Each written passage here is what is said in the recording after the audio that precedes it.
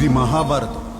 చిత్తూరు జిల్లాలో ప్రతి సంవత్సరం ఎంతో బాధ్యతగా 18 రోజుల పాటు ద్రౌపదమ్మని కొలుస్తారు. ఈ పవిత్రమైన నేలకున్న ఒకే ఒక నిబంధన, ఎట్టి పరిస్థితిలో ఒక్క రక్తపు బొట్టు కూడా ఈ నేల మీద చిందకూడదు. ఆ ఎమ్మి పేరు భారతి. మన నేలకంట మా చిన్న కూతురు. బంగారంలా ఉండాది. ఏంది పిల్ల నువ్వు ఎప్పుడు ఏదో ఒకటి ఎత్తుకొచ్చేస్తుంటావా?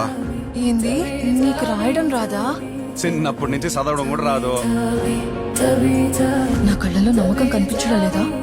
అస్సలు లేదు.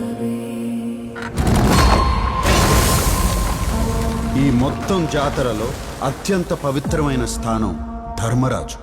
ధర్మరాజు అంటే జాతరకే మహారాజు. పిలవగానే వచ్చినందుకు చాలా సంతోషం సార్. బాగా తినేసిపోండి.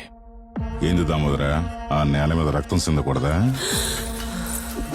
ఆ వసంత గారి వేటకి ముహూర్తం చూడాలి కదా. ఆ పొద్దు నుంచి శ్రీరామాపురంలో అసలు మహాభారతం మొదలైంది.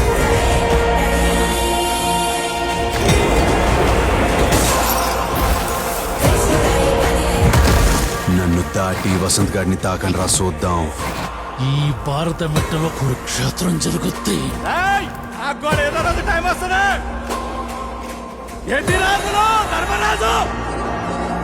ఒక్కొక్క పాత్ర రంగులు మార్చడం మొదలుపెట్టాయి. ఈ పంచాయతీ నీడి దాకా తెచ్చినందుకు అసలు మీ ఇద్దరిని క్షమించకూడదు. సంవత్సరానికి ఒకసారి వస్తావో, 4 రోజులు ఉండిపోతావు. అట్ట పోయేటప్పుడు మనసుకి ఎంత కష్టంగా ఉంటుందో తెలుసా? భారతి ఏమీ ఆలోచించకుండా మీకోసం వచ్చేసిందిరా. ఇప్పుడైనా నా కళ్ళలో నమ్మకం కనిపిస్తుండదా బంగారం?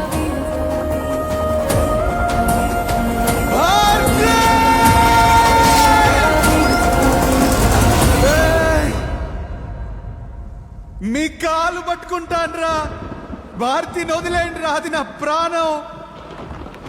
కురుక్షేత్రంలో ఆఖరి ఘట్టం విశ్వరూపం. జయ మంగళం నిత్య శుభ మంగళం, జయ మంగళం నిత్య శుభ మంగళం. చూడ చక్కని వరుడే అమ్మలాల, యాడ సిక్కని మరుడే కొమ్మలాల, ఆడి తప్పని నడకే అమ్మలాల, వేడి నెత్తుటి పుటకే కొమ్మలాల, నీల జాబిని వధువే అమ్మలాల, సుగుణాలన్నీ కొలువే కొమ్మలాల, నిండు నూరేళ్ళు ఇద్దరు వర్ధిల్లాల. కురుక్షేత్రంలో శ్రీకృష్ణుడు అర్జునుడికి ఏం చెప్పినాడో తెలుసా?